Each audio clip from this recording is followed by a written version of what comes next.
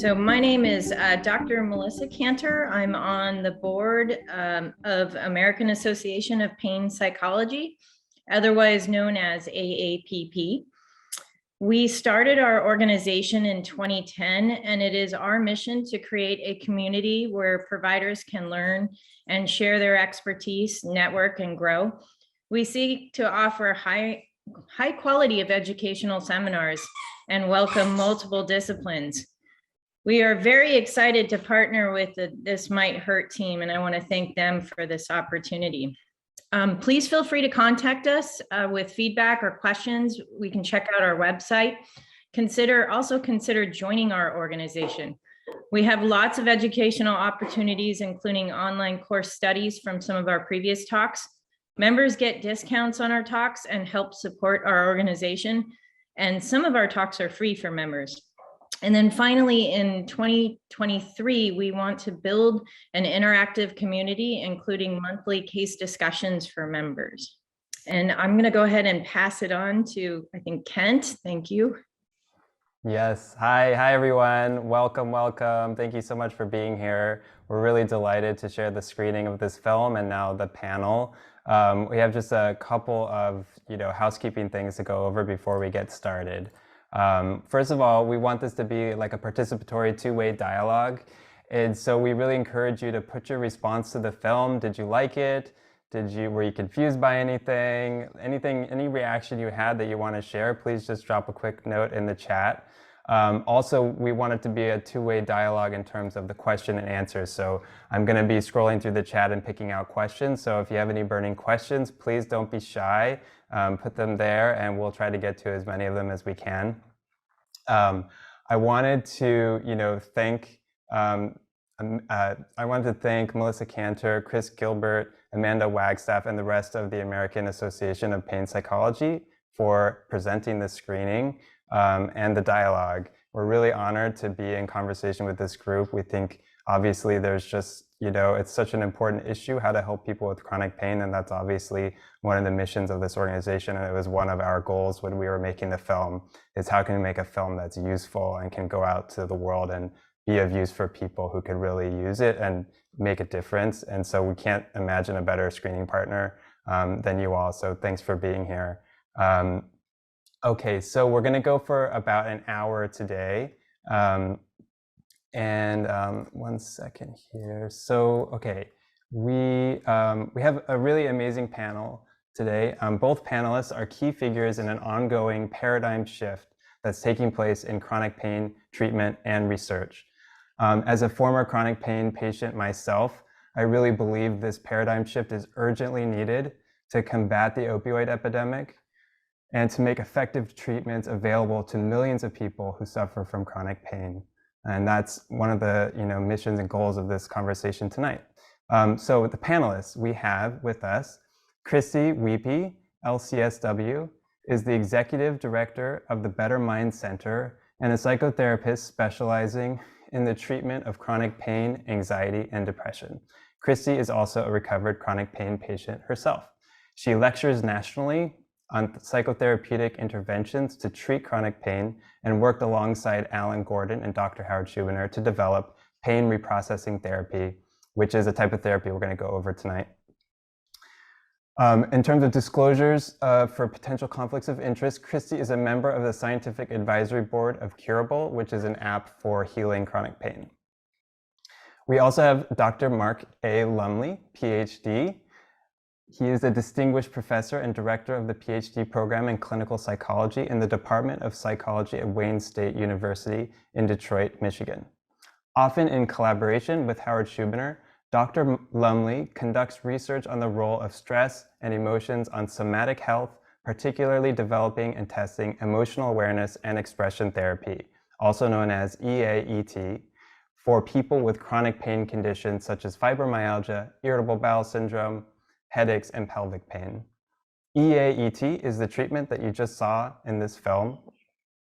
He has published over 180 peer-reviewed articles, has had multiple grants from the NIH, and is on the editorial board of many journals. In terms of disclosures of potential conflicts of interest, which is necessary for the CE credit we're doing today, Dr. Lumley is a research consultant to Cognificence Inc., a company which makes virtual reality therapies for chronic pain. And he has been the recipient of grants from the National Institutes of Health. As a fun fact is that both Mark and Christie have collaborated together on an important back pain study, which we'll hopefully delve into during the discussion today. So as I mentioned, I have a few questions I've come up with, but I really encourage you all to put questions in the chat, and I'm going to be sort of multitasking at various points and scanning through the chat and picking them out. And if you see a question you like, feel free to put +1 for so-and-so's name or the question or something, and I'll try and get to those ones that are especially popular and burning for people. Okay, so let's start with Christie. Christie, can you talk about your personal experience with chronic pain and how you recovered? Sure. I had every symptom in the book from head to toe, so I'm always glad to chat about that. I started having symptoms in my knee, started locally when I was in college and undergrad. And over time, a symptom that started in my knee from what I thought was an injury, a running related injury, became essentially a head, shoulders, knees and toes problem, with the symptoms spreading, multiplying over time. And over time, I couldn't create enough physical justifications to keep up with the amount of symptoms that I was having. I went to every pain specialist that there was to see in Los Angeles. And I eventually, just by happenstance and by luck, ended up meeting the director of the Pain Psychology Center, who you mentioned in my bio, Alan Gordon, at my graduate program, and he introduced me to the concept of neural circuit pain. Essentially, he came up to me when I was in grad school with a heating pad on my neck and 2 wrist braces on my wrists, and I was carrying around a little cushion for my back, and I bring to all of my classes, and he came up to me and he was like, "What is going on here? Why do you have so many braces on your body?" And I started explaining, like, yeah, I had this running injury 10 years ago. And he was the person who started helping me piece together, if your symptoms are spreading and multiplying faster than you can keep up with, there's likely one central agent that's responsible for the pain. So long story short, I got a chance to intern at the Pain Psychology Center and learn how to treat patients experiencing neural circuit pain or primary pain at the same time that I was self-recovering, which was a really interesting experience with imposter syndrome for me that first year as I was self-recovering and helping other patients recover. But it was it was a profound enough experience for me personally that I never shifted away from that niche. So I've stayed in the chronic pain world ever since that graduate internship. Awesome. That's an amazing story. Dr. Lumley, I wanted to ask, there's been a lot of, basically so many people who have chronic pain, they end up trying therapy at some point. If you go years and years in chronic pain, you often develop depression, anxiety, and they go through therapy, and then typically, is from what I can tell, it's hard to know with the data, but often the therapy doesn't resolve chronic pain that they try. And so this is partly why I know you wanted to innovate a new type of therapy that was going to be specifically helpful for people with chronic pain. So can you talk about how EAET, or emotional awareness and expression therapy, is different from many other kinds of therapy that people try when they have chronic pain? Yeah, thanks. Thanks, Kent. And good to be here tonight. Hello, everybody.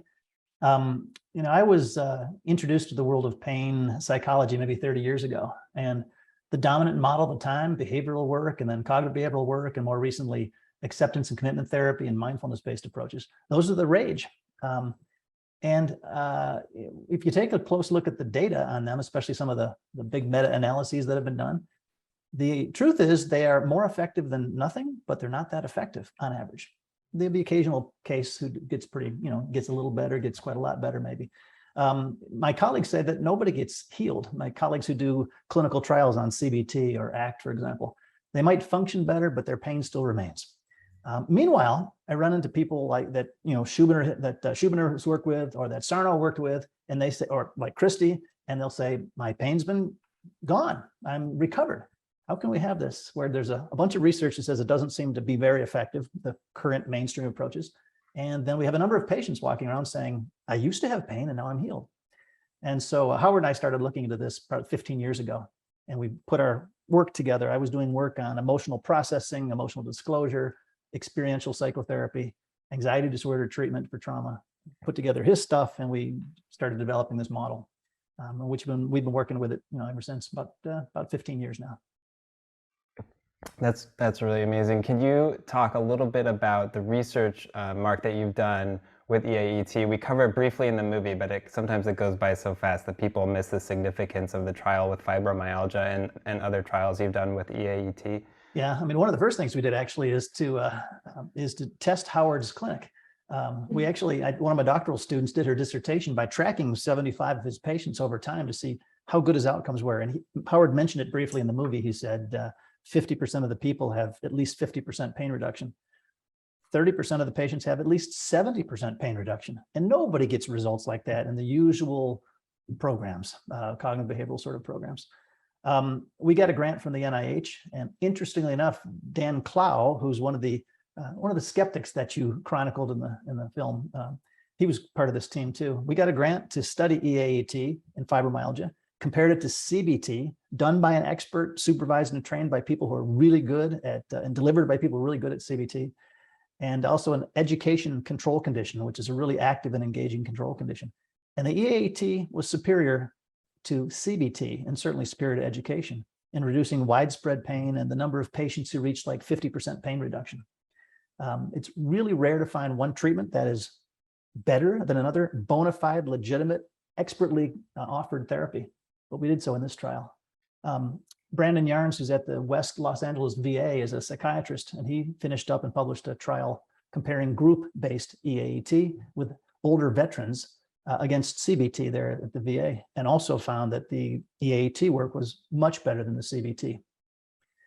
And there's other groups that are doing some work around the nation and around the world as well. So those are just two studies that compared it to CBT, for example, showing superiority. Yes, and it's a really interesting and important, discussion to find out what is the best, evidence-based treatment for people with chronic pain. And I also know from talking with you before, Dr. Lumley, that it's easy for people to get in, maybe tribalistic is not a fair word for it, but it's like we start to identify, well, I do this model, or I do this model, and like I know CBT works, I've seen people get better, and that's what I know how to do. And I just think, I've heard you talk about, for example, how you could say there's sort of these change principles involved in helping people overcome chronic pain that go beyond like these initials that people have and get really attached to sometimes. And so, if people walk away being like, oh, they're just trying to get everyone to do EAET, I think that would be unfortunate. And so maybe you could talk about, I really think there's not that much, there's a lot of ways that people who do CBT can link into the insights that you saw in this film and the research that you guys have done and incorporate it in the work they're already doing. And can you talk a little bit about that, Mark? And I want to hear your perspective on this too, Christie. Yeah, be happy to.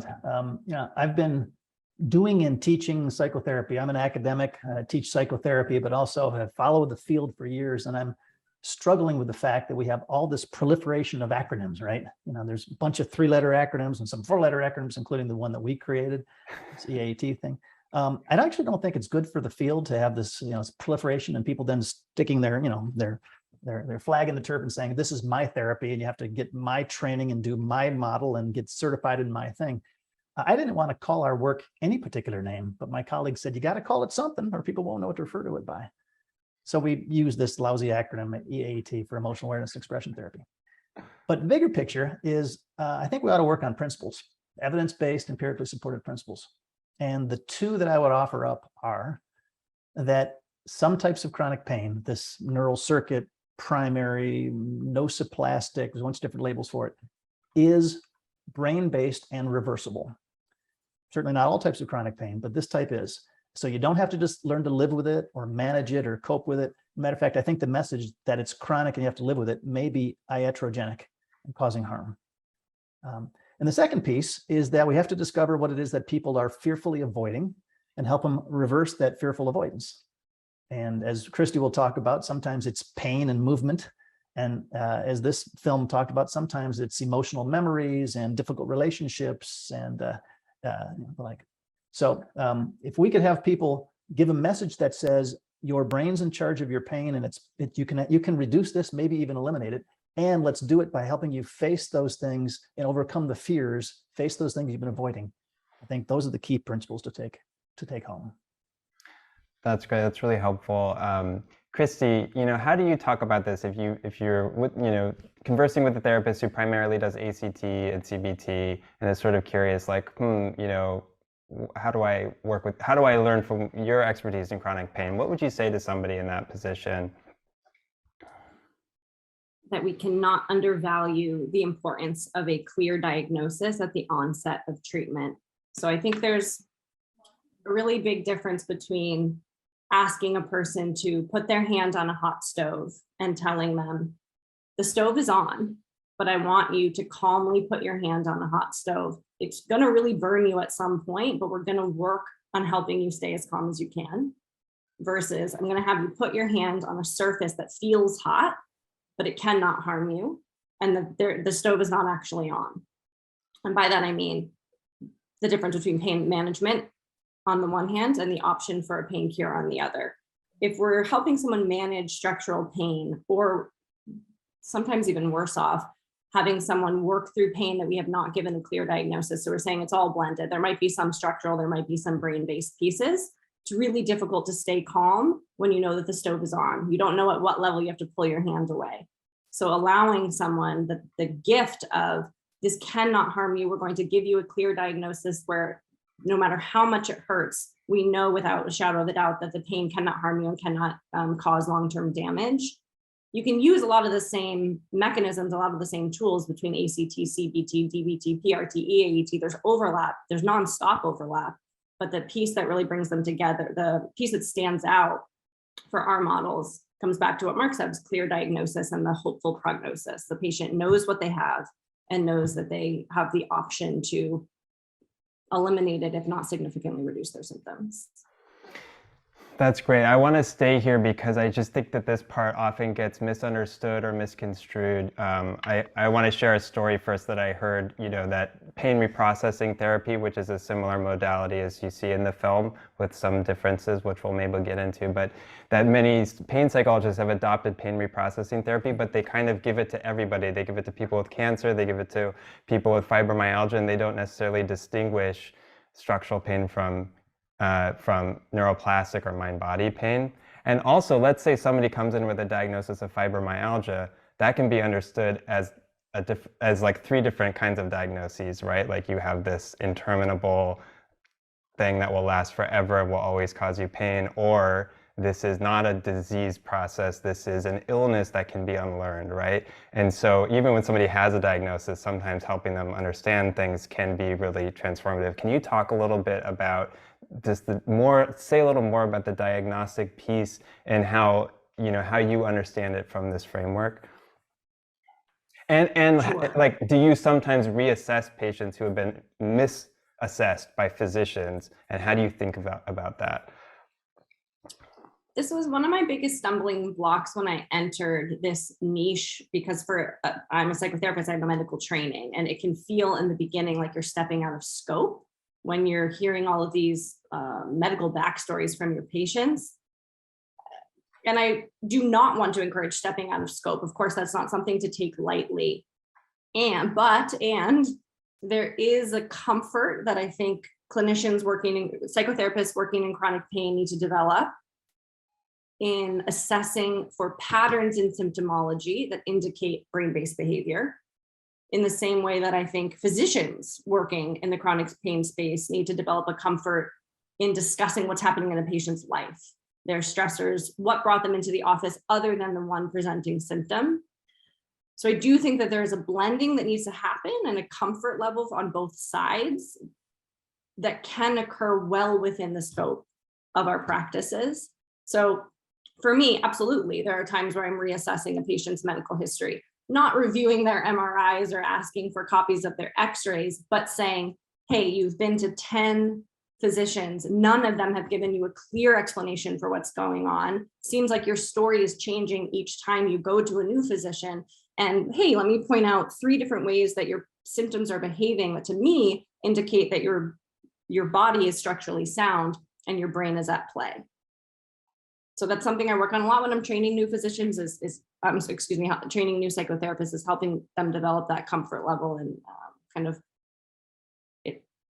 diving into the medical side of it while staying well within scope.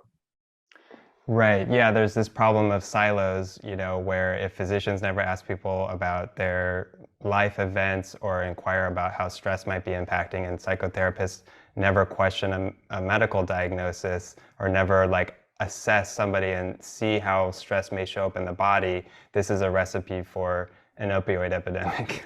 You know, this is a recipe for people to be on all these drugs that aren't helping, trying all these treatments that aren't going anywhere. And so, yeah, this willing to, you know, I don't know, yeah, blend, you know, try to cover the cracks that people are falling into, I think, between physical, you know, physicians and psychotherapists is such a critical thing that we're trying to start a dialogue with this film. And I was curious, I wanted to ask you a follow-up question, like, when you are talking to somebody, let's say, who comes in with a back pain, and they, you know, and you suspect perhaps it may be related to stress in their life, could you go over some of the questions you might ask them or have in the back of your head around like assessing that pain, like how structural back pain from damage in the back is different from neuroplastic pain? Sure. I'd be curious how long the person has had the symptom, if it's lasted for months or years. If they say something like, I got in a car accident 15 years ago and my back has hurt ever since, that flags something for me. The number of physical treatments that they have tried without benefit or without lasting benefit. If the symptoms are inconsistent, if they spread, if they move to other parts of their body, if they have pain either at present in multiple places of their body at one time, or a history of many symptoms. You have to have some rapport with the patient to say this, but sometimes I poke at this with my clients, like, either there's one thing at play here, meaning your brain, or you're just the world's most unlucky person, because every year there's a new iteration of your pain. And then there's a lot of emotional stuff. So the childhood stressors, childhood trauma, things we saw really highlighted in the film, as well as the way a patient relates to themselves. I think that in and of itself can be somewhat traumatic to the nervous system, independent of big T trauma. So if a person is very harsh, critical, fear-based, pressure-filled with themselves, that's kind of creating micro traumas all the time for a patient's nervous system. So taking both sides of it, if the symptoms don't add up with they have never gotten a clear physical diagnosis, the symptoms don't add up with anything that could be physically caused. There's a lot of inconsistencies. The symptoms go away on Friday and come back on Monday, coupled with the patient is fear-based, relating to their symptoms with fear, relating to themselves with fear. You can see a lot of nervous system dysregulation. All of those things for me would be indications that the brain might be at play. Thanks, that's really helpful. There's a question from Kevin. He was asking, how do you select patients for this intervention? Must the patient have some type of trauma to be eligible? Mark, would you take that question for us? Yeah, so I'm thinking that, you know, I've been mostly involved with research protocols. So for that, we're often looking for a type of pain. We advertise for fibromyalgia or irritable bowel or back pain or headaches, and usually rule out a small number of them who seem to have more structural issues. In the Boulder Back Pain Study that Christie was a part of and I consulted on, you know, we took most everybody who had back pain, but if they had leg pain greater than back pain, for example, suggested some neuropathic process, they were eliminated. Clinically, the issue about trauma comes up a lot. And so one of the things I'd like to push on a bit is if we just relied on the diagnosis of PTSD, we would miss a lot of important issues. So I'd like to think more broadly that PTSD sits within the larger category of intrapsychic and interpersonal conflict. A lot of the patients, and you saw some of the film, they don't qualify for PTSD, but they've got emotional baggage, crap in their lives, conflicts with a spouse, stuff that has haunted them since they were younger. And these issues, I think, can be drivers of this centralized, this primary pain, much like, you know, formal PTSD can be. So I wouldn't want to just say only take people who qualify for PTSD. But there is some debate right now in the field. Are there, you know, what are the criteria that you use to do this work? So I think it's primary pain. By the way, I'm using this term primary pain because I can't tell you how many psychologists I've heard use the phrase pain is pain, which means, well, it doesn't matter about the type of pain. We can treat it the same way, usually helping people to learn to adapt, cope, live with. But the the latest pain work suggests that there's at least primary pain and secondary pain. This is what the International Association for the Study of Pain has promulgated, and the ICD-11 is now using the difference between primary pain, which is the pain itself is the issue, rather than it's secondary to some structural problem or neuropathic problem. I also use the term nociplastic, which is maybe a lousy term, but it's also a type of mechanism which seems to drive most of the primary pain, as opposed to neuropathic or nociceptive pain, with the neuroplastic pain. So, but I guess the message I'd like to communicate is, let's not just assume a person has to have a clear trauma, because an investigation of patients' lives and relationships and emotional experiences will often reveal important conflicts to be dealt with. That's great. There's a question from Julia. She says, Kent mentioned having pain issues previously. Did this therapy type help him, EAET? So yeah, so I had chronic pain when I was 22 years old. It was an, you know, I don't know, I guess I thought I had gone too hard at the gym and my arm started aching and in pain. I was diagnosed with tendonitis, repetitive stress injury, that kind of a thing. I was told maybe I'd never be able to type on my computer again by a doctor. That was scary because I was in college and so young.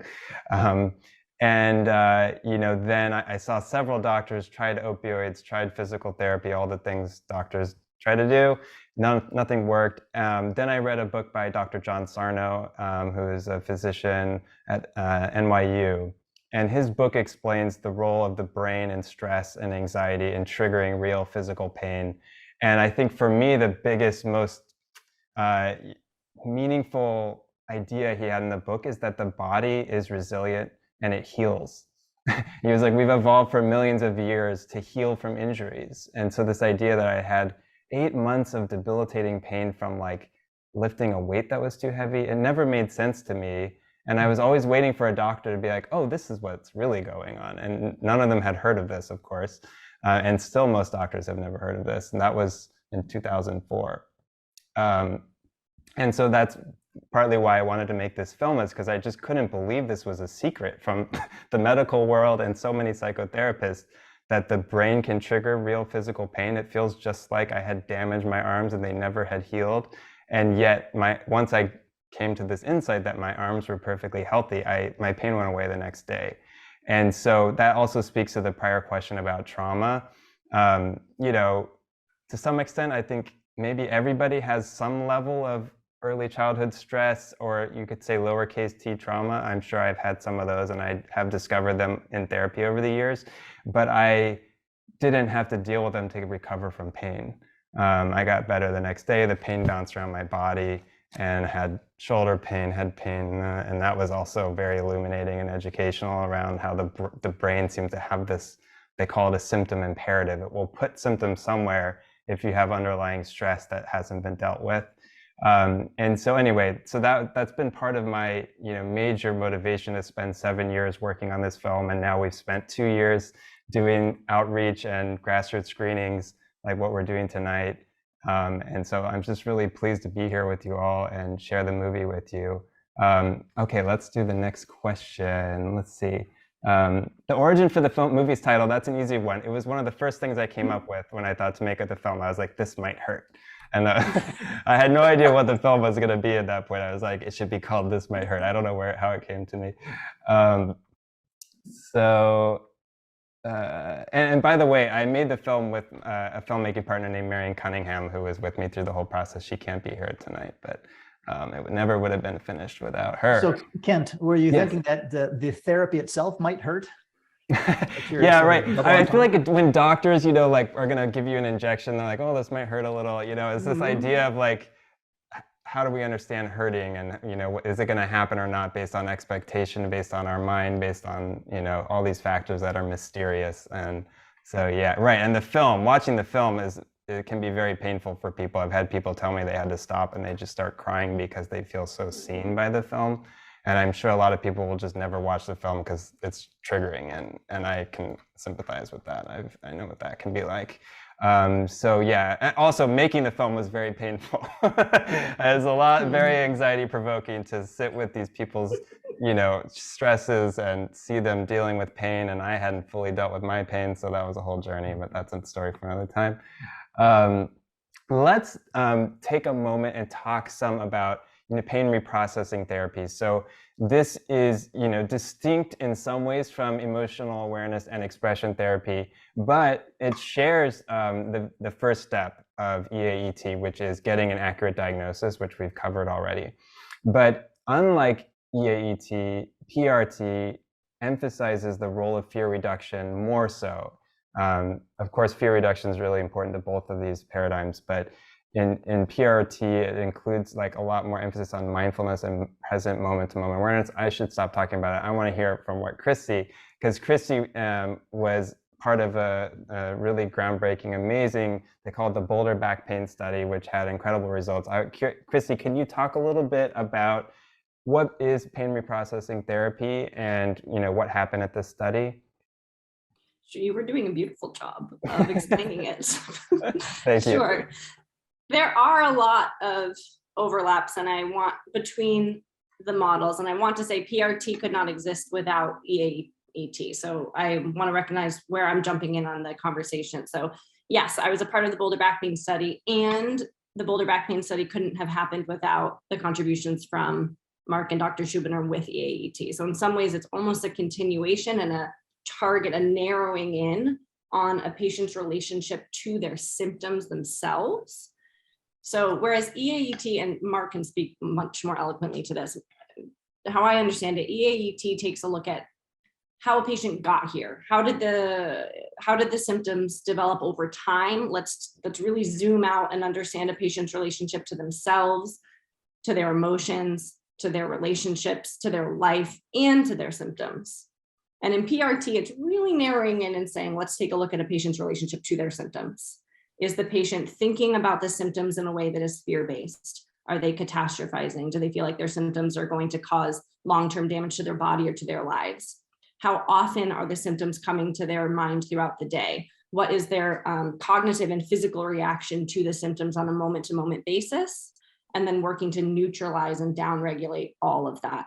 There's a big part of PRT that is cognitive, helping a patient think about the symptom in a way that is fear neutralizing, using language like this sensation is safe, it cannot harm me, I know that it comes from my brain. And then there's a big part of PRT that is body-based. When my pain comes on and my body's natural reaction is to run from it, to avoid any potential trigger that could make my pain worse or bring my pain on, we're going to help a patient actually go towards the thing that is scaring them, towards the trigger, towards the pain sensation, while helping them downregulate their nervous system. This is how I would put it in a nutshell. So PRT is more targeted, I would say. And I think it helps a lot of, I think it helps who it helps. I think it can help. I saw this question from Omar, this is a little bit of conjecture. We haven't proven this in anything yet, but he's saying, what populations has this therapy been used for as treatment, and does it work better for certain races or ethnicities?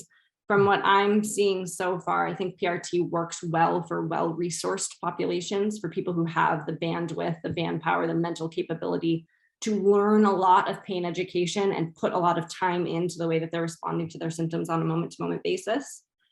And I think that EAET might work very well for those people as well, but EAET kind of opens the door to, well, what if someone isn't as cognitive? What if someone doesn't think as much as they feel? And how can we help patients develop? How can we help patients like a broader amount of patients heal from their chronic pain? Yeah, beautifully said, Christie, the description of PRT and the sort of distinction between that and EAT. I like to think, maybe it's the psychologist in me likes to think about what's the stimulus that's being avoided. And if it's related to the body, the pain and movement, that's probably the domain of PRT. If it's related to memories, broader emotions related to development, relationships, that's probably the domain of EAT. But the core underlying philosophy of a changeable brain and changeable pain reversed through new learning and overcoming avoided experiences with courage rather than getting rid of fear and developing courage and capacity, it holds both of these things together. I'm curious, I have this idea that for people who are trained in CBT and ACT, that doing the assessment to alter the diagnosis or reconsider the diagnosis is something that can be integrated pretty relatively easily with some education. And then PRT, which so many CBT therapists have already learned mindfulness, and in many ways, like the somatic tracking that's part of PRT could be like, you know, combined with mindfulness. In a way, it is a sort of mindfulness. And so in a way, I think a pain reprocessing therapy is something that could be added a little more quickly or efficiently to somebody's already existing cognitive behavioral practice. Does that make sense to you all? And not that EAET is just as valuable and is worth, you know, considering too, but in a way, it's like it could very easily start to add PRT. I feel like if you come from a cognitive background. What do you all think about that? I'm with it. I think it's fair. I mean, as we looked at, you know, we will recruit people to be a therapist in our various trials, for example. I find the folks who do best with EAET either come from an intensive dynamic psychodynamic framework where they're comfortable working the relationship and working with emotions, or they come from a CBT anxiety disorder exposure-based background. So they're comfortable with you know, trauma processing work, prolonged exposure work, you know, and the like, EMDR. Those folks are comfortable in the emotional realm, and then it's a matter of getting them to sort of make the links with a changeable brain and pain. But the basic skills and the sort of courage to go to difficult places is already there. So we're getting into lots of details around the intellectual background and underpinning of all this, but I want to reconnect it to the emotion of what this work is. Christie, can you talk maybe about a particular story or a patient that's alive for you still, or, you know, fresh in your mind, that you have permission to share with us, like kind of what this work feels like and is like for somebody to help someone with chronic pain? Sure. I have someone actually who I think might be able to demonstrate a few principles of PRT, because that's where I started, and then it sort of moved into EAET as time went on. I do have permission, but I will call him B.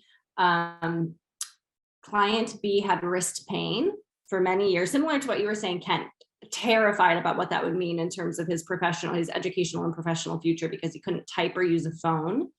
Super smart guy. He was a writer. That's what he did for a living.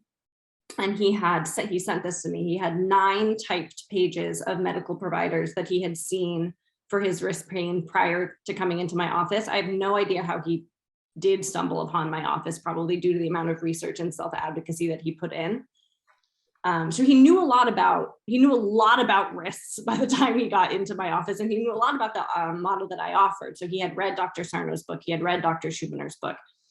And I bring that up because even after 10 years of intensive medical evaluation that went nowhere and intensive study into the world of mind-body treatment, he still told me he had about 10 to 15% of him that doubted that his pain was brain-based at the start of treatment with me. And I credit that to the power, like how counterintuitive it can be to associate the brain with pain when your body hurts so badly. And he had this really strong conditioned response to typing, and we would trigger the pain in session. I'd have him type, and he would just look at me like, it didn't hurt before I started typing, and as soon as I started typing, now it's killing me. How are you telling me this is not caused by my hands? When I stop typing, the pain goes away. When I start typing, the pain comes on. And so he was really stuck in the beginning with this conditioned response of he could make the pain go away when he stopped using his hands. So we did a lot of PRT-based techniques at the start. You mentioned somatic tracking, Kent. We did a lot of somatic tracking while triggering the pain. So I'd have him type while helping him reappraise the sensation of typing as something that was non-dangerous for him. We played around a lot with different amounts of time that he could type before he hit his threshold, worked hard to, and by threshold, I don't mean pain threshold, I mean like fear and anxiety threshold, like how much intensity he had in his body while typing. We played around with that a lot until he finally in session had a reduction of pain while typing. So he experienced the opposite of his norm. He had his pain go down instead of up while activating, while engaging in his trigger. We spent probably six weeks or so just doing that. And he made a certain amount of progress. Maybe half of his pain had gone away at that point, but he still had this lingering pain. That's when we kind of opened the door into EAET. We started taking a look at Why are you putting so much pressure on yourself here in treatment with me? Why do you put so much pressure on yourself in general? Who taught you to put this much pressure on yourself? Started opening the conversation up into his relationship with his dad, opening up the conversation into, can we express some anger towards your father who you idolize so much, but who also put so much pressure on you growing up. Did some empty chair exercises where he could learn to get some of that anger out. And he's one of my favorite patients to talk about, because he was eventually able to return to work, got a full-time position, and he got completely out of pain with some relapses here and there. Like, he's pain-free, and every once in a while he'd have a relapse. He'd come in for a session or two and he'd be fine. But he's a fun one for me, because when he sent me that document of 9 pages of medical providers he had seen, I was the last person on the list. And for everyone else, he had like 3 or 4 bullet points of, this is what they said, this is what we tried, this is why it didn't work. This is what they said, this is what we tried, and this is what didn't work. And under my name, there's just nothing.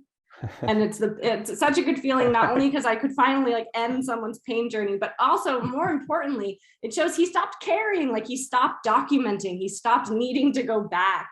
It was just, he was done, and he let it all go. And I pull it up every now and again, because he was just really inspiring to me, how hard he worked and how long it took him to get there.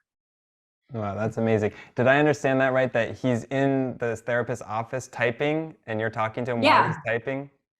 Yeah. Yeah, we did that a lot. We did a lot of graded exposure with that.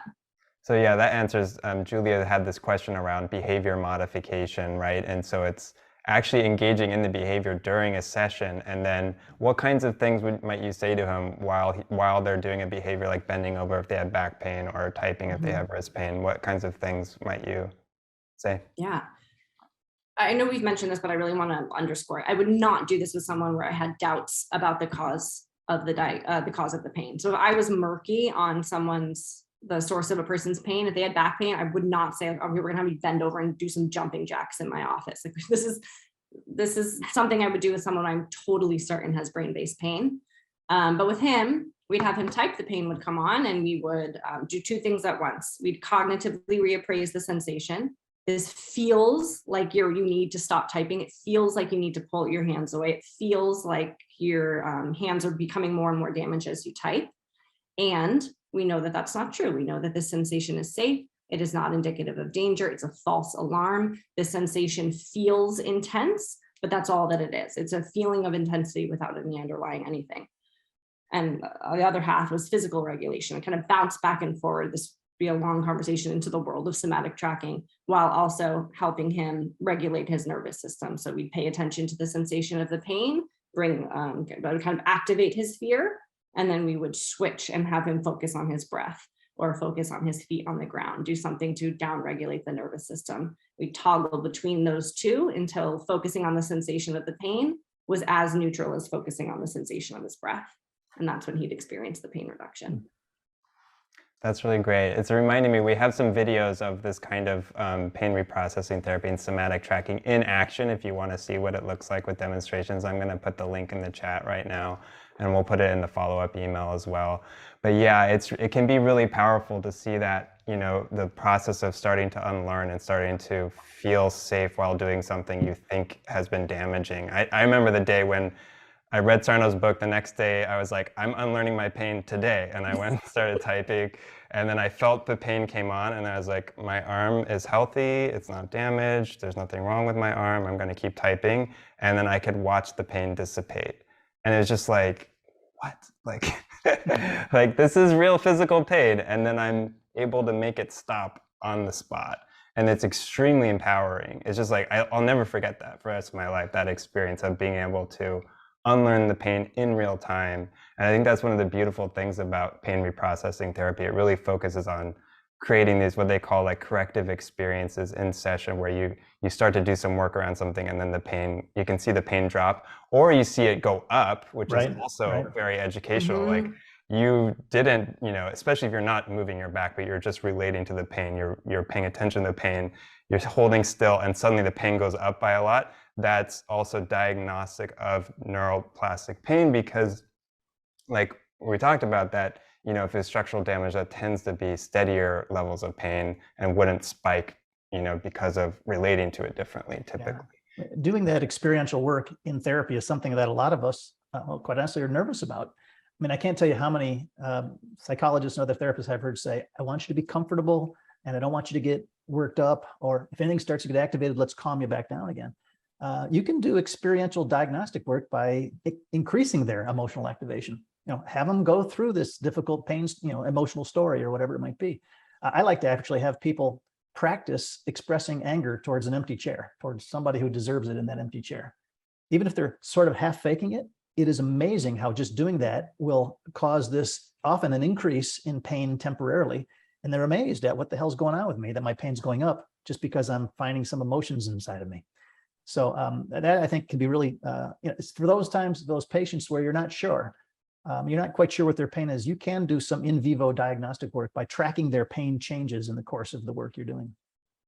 Right, yeah, there's ways, that's a great point, that you don't just have to use your intellect to figure out, a priori, does this person have neuroplastic mind-body pain or structural pain? You can assess it in real time, exactly like what you're saying, Mark. And yeah, there's a whole name for that, the FIT criteria, and we can share that as well. And I think every pain psychologist should know these like questions to have in mind, that you can work with patients so that they can, in real time, assess, like, oh, is that how structural pain works, or is that how neuroplastic pain works? Which one are we dealing with right now? And even the patient can learn, right? Because they're going to have life events for the rest of their lives, whether they're in therapy or not, and it's really helpful. I use this all the time, like if I have a pain, and it's like, well, which one is it? Is it structural or neuroplastic? It's an extremely useful concept for everyone, not just pain psychologists, actually.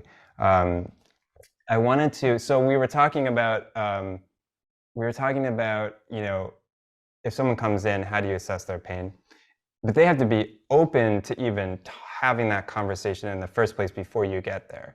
So I want to get to Melissa's question. She wants to know sort of like, when someone comes in and they're absolutely convinced they have back pain, but they know they have a herniated disc at L5, blah, blah, blah, and they're convinced that's the cause of their pain, and you may suspect that it actually is not due to structural damage.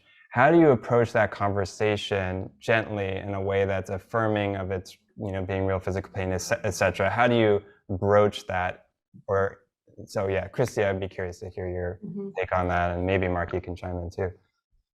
Yeah, I'm glad you brought that up. I slowly, with empathy and with a lot of reflective, open-ended questions, and sometimes it's more helpful to have a patient come to that conclusion than it is to aggressively lead them there. And I also want to mention, like, I can be complete, from where I'm sitting, I can feel completely sure, 100% sure that the patient's pain is brain-based, that it's primary pain. And it doesn't matter if through the process of proving that to the patient, I'm scaring them, I'm dismissing them, or I'm invalidating their experience. So I can say all day, the sensation you're experiencing is safe. I know it. I know that it cannot harm you. The very act of my saying that might make the patient feel unsafe with me. It might feel very similar to a doctor who said the pain is all in their head, or to a therapist who said they were going to do something about their pain and then never brought the pain up once because they didn't really know what to do with it. So I think the idea, helping a patient have buy-in for their diagnosis is a rapport building process. And it's something you need to co-create with the patient, because it's not just about their cognitive understanding that their pain cannot harm them. It's about their experiential understanding of, my body is safe in space in the world, and it's safe in this space with this clinician who understands me and trusts that I understand my body. So this could take a session, or this could take 2 months to help a patient become open to that conversation, depending.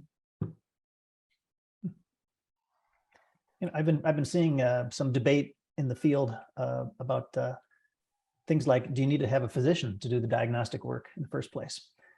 Or can it be we psychologists or social workers? But I also have been hearing debate about, some people will say, you really got to get the patient convinced that their pain is brain-based. If they have any doubt, if they have any ambivalence, it's not going to work. And some of the folks, I think Sarno was a bit this way, and Howard does some of this, quite honestly. He'll sort of say, patient, you got to believe it. I'm the doctor, believe me. The psychologist is an experimenter. And I want to say, let's discover, let's do some tests.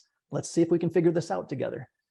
So Howard and I have had some debates about this issue because I would rather tell patients, I'm not sure, I'd like to test. And Howard would like to tell patients, I know, I have the answer. So there's some discrepancies going on right now as we struggle through this and we kind of advance the field. Let's take a second and talk about efficacy and what we've been finding. You know, lots of people have their pet theories about pain, but then what happens when you do a controlled clinical trial? How effective is it really? Mark, could you talk about what happened at the Boulder Back Pain Study which was a test of pain reprocessing therapy? Yeah, and Christie was one of the two therapists. Alan Gordon was the other. In the randomized arm that did pain reprocessing therapy, there was also 50 patients in that arm and 50 in two other arms, no treatment, and one that got a placebo injection, actually. The therapy was one meeting with Howard Schubiner remotely, and then 8 sessions with Christie or Alan, held twice a week over the course of 4 weeks. And that was in person, right, Christie? You were doing the job of going back and forth to Denver to Boulder from Los Angeles, bless your heart. It was a miraculous sort of outcomes. The outcome that we ended up getting in this thing was at post-treatment and then follow out through a year, roughly 2/3 of the patients went pain-free or nearly pain-free. An outcome that doesn't even exist in the literature. We had to kind of invent it, which is they rated their average pain during the last week 0 or 1 on the 0 to 10 rating scale. They'd started around 4, 4.5 or something. And about 2/3 of the patients went down to 0 or 1. And a year later, it was still 55% or so of the patients who got the pain reprocessing therapy. And that was much greater, 3-4 times as great as the people in the placebo injection arm or the treatment as usual arm. So those sorts of results are like amazing, because if you find any other trial, and I've seen lots of clinical trials and have done a bunch, very rarely do you find anybody who has results like that. So something happened. And I think personally, what I think it is the therapy itself is unique and powerful. It was delivered by some of the best therapists that I know. I'm looking at one right now. There you go, Christie. Some of the best therapists I know. But it was also, as Christie was hinting, done with a population that was pretty well resourced intellectually. They had the capacity, the will to do some of this work. They were open to the idea. It was a clinical trial that was built around neuroscience as well. So they all had brain MRIs before and after the treatment, which also sets an agenda or sets a context that maybe my brain is really involved. So a number of things came together. How it would work in a different population, well, that's probably not quite as well, but I'm optimistic that it would work better than what CBT and ACT have been doing. Christie, can you talk about your role in that trial? What was that like to be part of it? It was wonderful and intense and fun to work with patients who had never heard of any of this and that were as receptive as they were. And that receptivity was obviously a huge benefit that we had.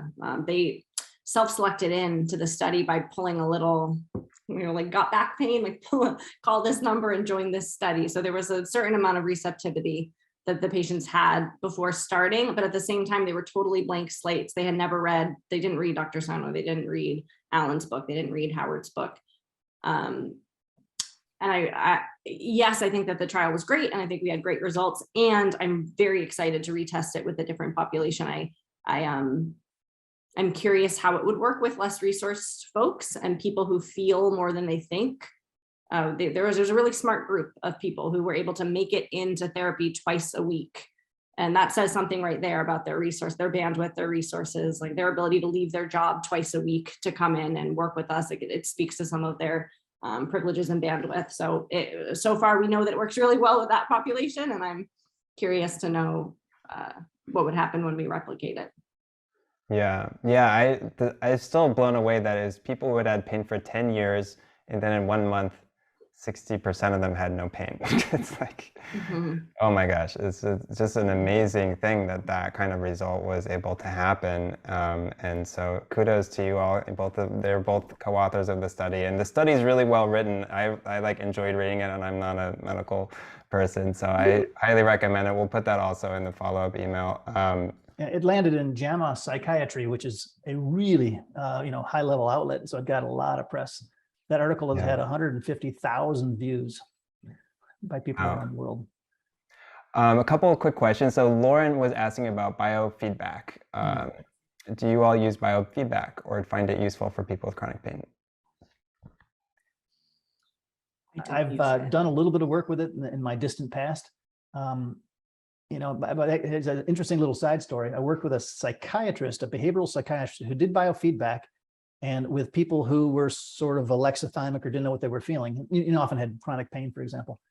And he found that many of the patients would, when talking about emotional topics, even if they didn't recognize their emotions, the physiological parameters of the biofeedback would start to scream. And they would become intrigued at how something that they think they don't quite recognize as emotional is causing their body to have some response. So it was sort of an interesting demonstration. But I think it probably could be integrated in some way as a way to help people recognize the links between mind and body, emotions and physiology. And I think, but I have not done much work with it recently. Kat wants to know, is there any research on EAET and CRPS? Does EAET work for CRPS? As you saw, by the way, Tony Moran in the film had CRPS, had temporary pain relief, and then had a relapse. Mark, could you speak to that? And Christie? I mean, it's not been tested that I know in any clinical trials. I don't know enough about CRPS to have a real strong feeling about it. Christie, you might have more experience with that. It feels like one of the more hotly debated conditions within the neural circuit pain, primary pain, chronic pain fields. I know if you ask Dr. Schubiner, most of the time he will say CRPS is primary pain in the majority of people, or he would even on a day where he was feeling brave, he'd say in all people. And then you can speak to another fantastic physician or clinician who operates from the same framework, and they would take a much more conservative approach. So I've worked with patients with CRPS, and they've had significant reductions or elimination of their pain. But that's not true of everyone. And some physicians would really strongly push back on that. It's one of the it's a hot button one. Okay. I saw a few questions about DBT that popped up there. I don't know if you want to. Please. Yeah, take those for us. So, dialectical behavior therapy is, widely used and got a lot of good empirical support for people who especially have self-harm behavior, sort of on the borderline spectrum. I want to suggest that when I see that question, I wonder whether people are thinking, what about fragile patients? What about those patients who are prone to dissociate when they become emotionally activated or engage in self-harm? What about borderline patients? And I want to respond in two ways, one of which is to say, most of our patients are not borderline. We remember the borderline ones. They take up a lot of our time and emotions, and they trouble us. But we need to look at most patients as having enough emotional and cognitive capacity. They're not fragile, that they can do difficult emotional work, even if they become highly anxious. For the subset of people who have a lot of fragility and they start to dissociate, they start to have cognitive perceptual disruption, they go flat, emotionally, then you have to do some tempering and some dosing of the intensity and do some emotion down regulation, which is, and the skills that DBT teaches can be handy in there. That's great. Okay, so, I just wanted to circle back to something you were talking about, Christie, when you were saying that one of your patients had a lot of, put a ton of pressure on themselves. And it just reminded me that there's so many skills that all of the pain psychologists in this group and most basic social worker training, right, that you can bring to chronic pain once you have this insight around structural versus neuroplastic pain, where when you see somebody, you can tell what they're struggling with in their life, and then you can link that to pain. And I'm curious, can you talk about other kind of character traits that you see in people with chronic pain, where when you work with them on those traits and make a link to pain, that that in and of itself can be healing, which is just standard therapy, and is how I think of it. Yeah, sure. And I say all of these with love because I hit many of them myself.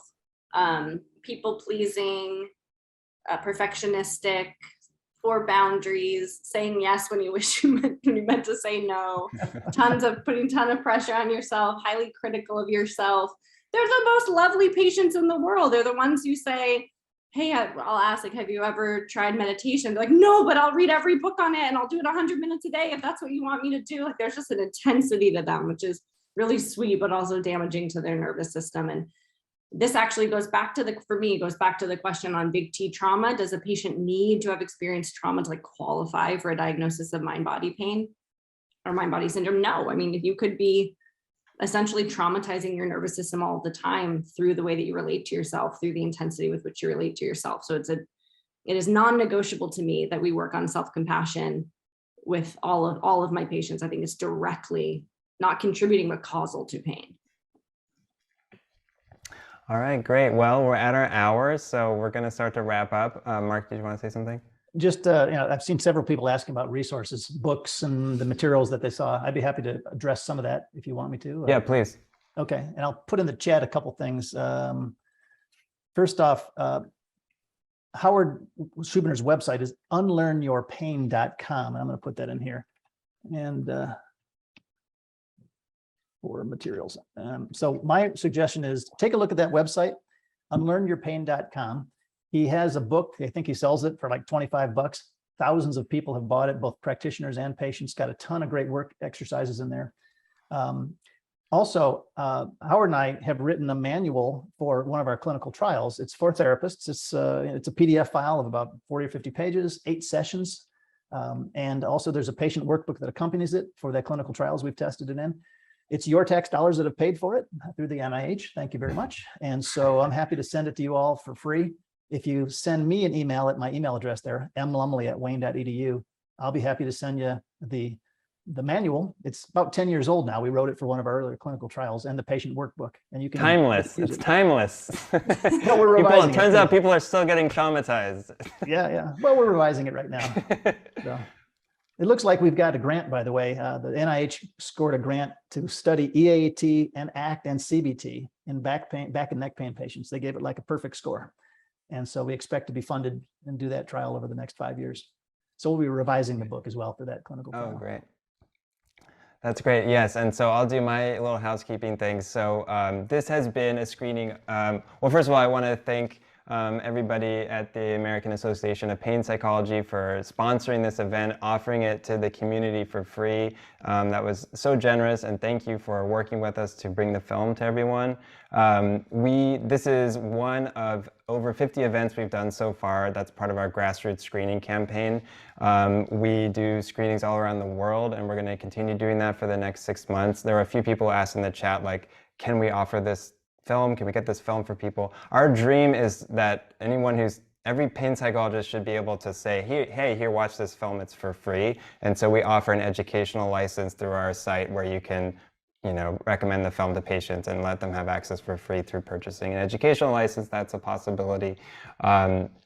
Anyway, we partner with people in lots of ways. So if you want to have a screening for your psychotherapy study group, people who couldn't come to this, please just reach out to us. We have a whole staff. We're very easy to deal with. I'm going to put my email in here. And also we have like a website where it shows all our screening partners. We screen with the Johns Hopkins Medical School, USC Medical School, lots of medical schools. We haven't screened for many psychotherapy programs, which has been surprising to me because I think of this as saying like all these people with medical problems actually should be psychotherapy clients. So it's a very pro-psychotherapy film in that sense. So please, we wish to reach more psychotherapists to have these dialogues just like this, to really put forth this incredible research and clinical innovation that Dr. Lumley and Christie have been part of. And so, yeah, please get involved. We need so many more people. It's a really small community, but it has a lot of promise to help millions of people with chronic pain. So awesome. Well, it's been so wonderful being with you all. Thank you so much for joining and for your attention. Thanks to the panelists. You were amazing. And we'll see you next time. Have a good night, everyone. Good night, everybody.